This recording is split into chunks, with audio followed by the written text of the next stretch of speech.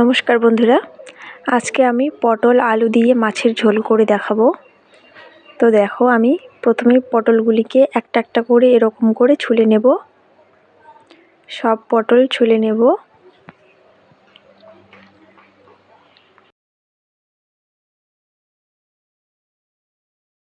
পটলগুলি আমি ছুলে নিচ্ছি, গোটা রাখবো পটলগুলি, আর মাঝখানে একটু করে কেটে দেব, তাহলে তেল মশলা ঢুকবে ভিতরে, ভালো লাগবে খেতে। তো দেখো বন্ধুরা, আমি একটা একটা করে সব পটল এভাবে ছুলে নিচ্ছি।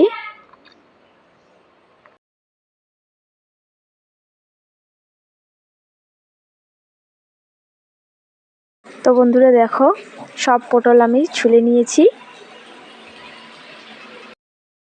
এরপরে দুটো আলু নিয়েছি, আলু দুটো ছুলে কেটে নেব।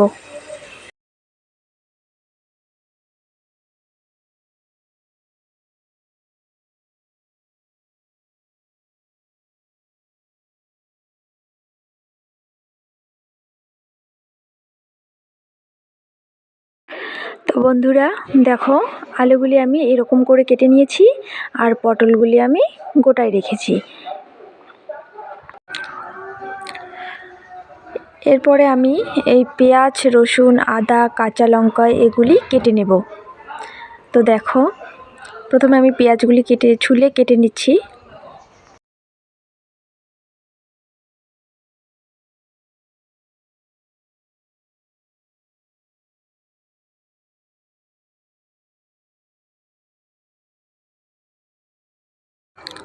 এরপরে ছুলে নিচ্ছি রসুন।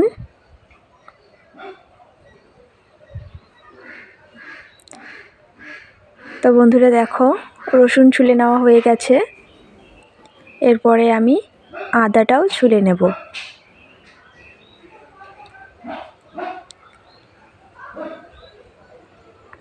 এরপরে কাঁচা লঙ্কাগুলি আমি এরকম বোটা ছাড়িয়ে গোটায় রেখে দিয়েছি, কারণ আমি পরে ধুয়ে কেটে নেব। তো দেখো, সব আমার রেডি। এখন আমি এগুলি ধুয়ে নেব, তারপরে রান্না করব। তো চলো বন্ধুরা, দেরি না করে রান্নাটা শুরু করি। সবার প্রথমে আমি গ্যাসটা অন করে নিলাম, কড়াই বসিয়ে দিয়েছি, কড়াই গরম হচ্ছে। এখানে আমি মাছ নিয়ে নিয়েছি। তো এই মাছগুলি দিয়ে আমি পটল আলু ঝোল করব। তো দেখো, কড়াই গরম হয়ে গেছে। এরপরে আমি দিয়ে দিচ্ছি সরষের তেল।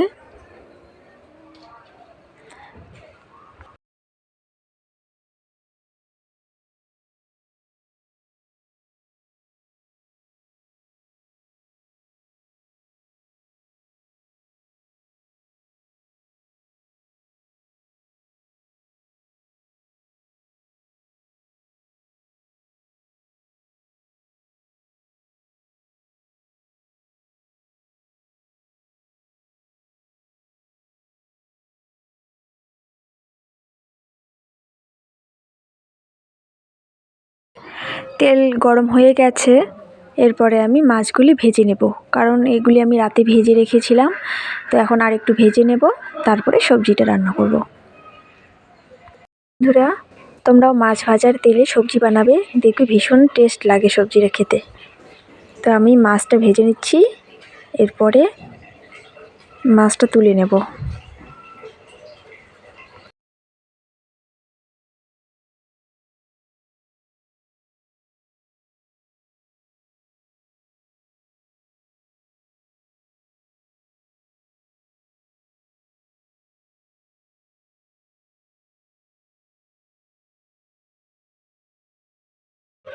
তো দেখো, মাছটা ভাজা হয়ে গেছে। এবার আমি মাছটা নামিয়ে নিচ্ছি।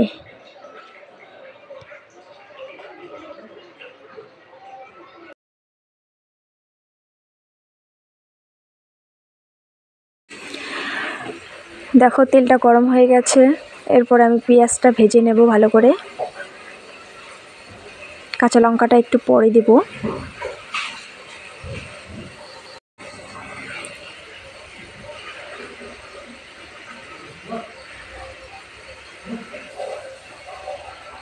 তো দেখো, কাঁচা লঙ্কাটা এখন দিয়ে দিচ্ছি,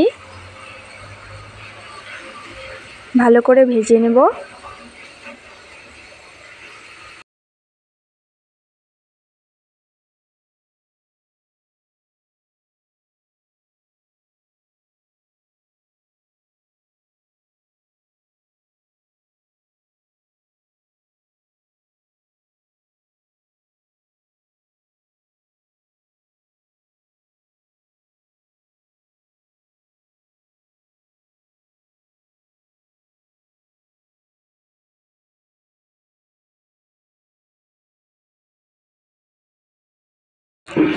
পেঁয়াজ কাঁচা লঙ্কা ভাজা হয়ে গেছে, এবার আমি পটল আর আলুটা দিয়ে দেব।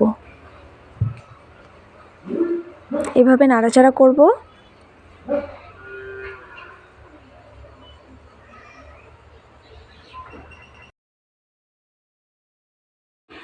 দিয়ে দিচ্ছি লবণ, একটু বেশি দেব কারণ ঝোল করব, মাছটা ঝোল করব, তোমরা পরিমাণ মতোই দেবে। দিয়ে দিচ্ছি হলুদ গুঁড়ো। এভাবে আবার নাড়াচাড়া করব। পটল আর আলুটাকে ভালো করে ভেজে নিতে হবে।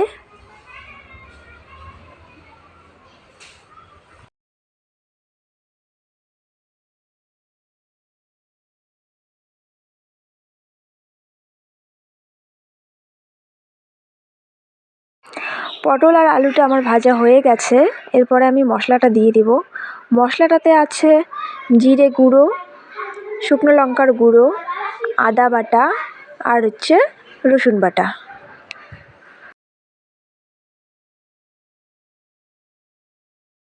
তো এরপরে এভাবে নাড়াচাড়া করব। মশলাটাকে ভালো করে ভেজে নিতে হবে। এভাবে আস্তে আস্তে আমি মশলাটাকে ভেজে নেব।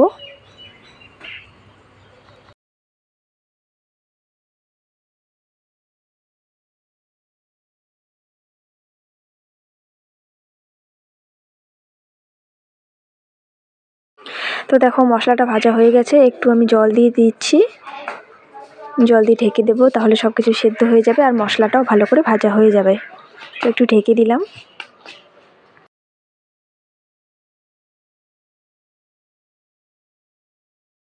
কিছুক্ষণ পর ঢাকনাটা সরিয়ে নিলাম। এরপর এভাবে নাড়াচাড়া করব।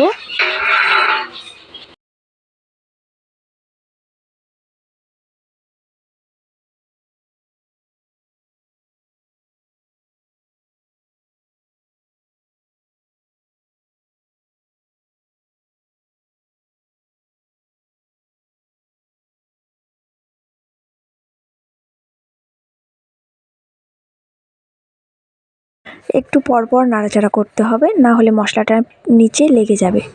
তো দেখো বন্ধুরা, আমি বারবার এভাবে নাড়াচাড়া করছি, তাই আমার মশলাটা ভালো করে ভাজাভাজি হয়ে গেছে, নিচে লেগে যায়নি।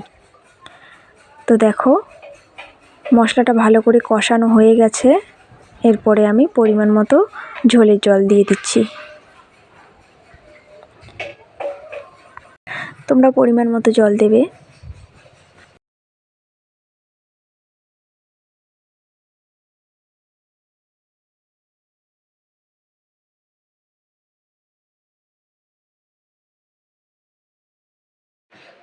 তো দেখো জলটা ফুটে উঠেছে, এরপরে আমি মাছগুলি একটা একটা করে এভাবে ছেড়ে দেব।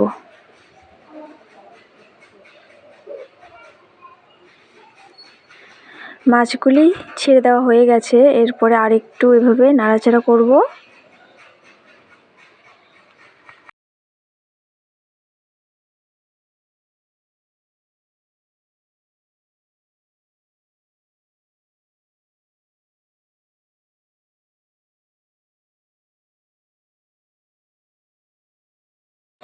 দিয়ে দিচ্ছি একটু গরম মশলার গুঁড়ো।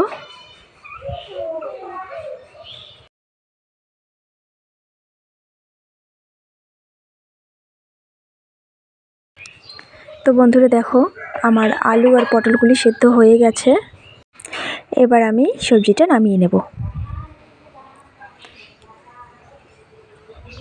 তো বন্ধুরা হয়ে গেছে আমার পটল আলু দিয়ে মাছের ঝোল। তোমরাও বাড়িতে ট্রাই করো আর অবশ্যই একটা লাইক করবে। তো দেখো লাস্ট লুক দেখতে এরকম হয়েছে, আলু আর পটলগুলি গোটাই আছে।